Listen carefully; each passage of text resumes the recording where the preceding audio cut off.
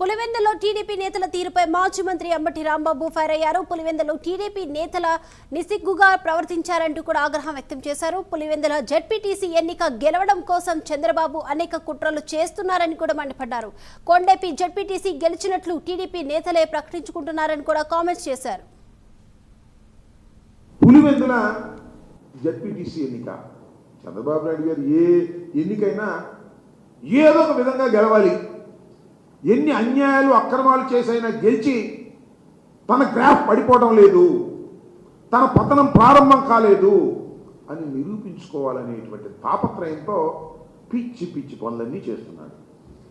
Pulivendula YSR Congress party గెలుచుకున్నటువంటి ZPTC దురదృష్టవశాత్తు ఆ ZPTC యాక్సిడెంట్లో మరణిస్తే ఇప్పుడు ఎన్నిక పెట్టారు.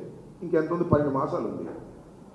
ఈ ఎన్నికలో ఏదో ఒక విధంగా గెలవాలి, డబ్బు ఖర్చు పెట్టైనా గెలవాలి, అధికార దుర్వినియోగం చేసి గెలవాలి, లేదా బెదిరించన్నా గెలవాలి అనేటువంటి ఉద్దేశంతో ఎంటైర్ పోలీస్ యంత్రాంగాన్ని అంతా కూడా పెట్టుకొని ఏదో ఒక విధంగా గెలవాలనేటువంటి తాపత్రయంతో చంద్రబాబు నాయుడు గారు ఎంతకు దిగజారిపోయారో చెప్పాల్సిన అవసరం లేదు. కొన్ని చోట్లయితే కొండెపి అనే జెడ్పీటీసీని వాళ్ళే గెలిచినట్టుగా ప్రకటించేసుకున్నారు బెదిరించేసి. ఈ విధంగా ఏదో ఒక విధంగా అక్కడ గెలవాలి. పులివెందుల్లో జగన్మోహన్ రెడ్డి గారి కాన్స్టిట్యున్సీలోనే మేము జెడ్పీటీసీని కైవశం చేసుకున్నాం అని ప్రగల్భాలు పలకాలనేటువంటి ఉద్దేశంతో ఎంత నీచానికి దిగజారుతున్నారంటే అంత నీచానికి దిగజారుతున్నారు.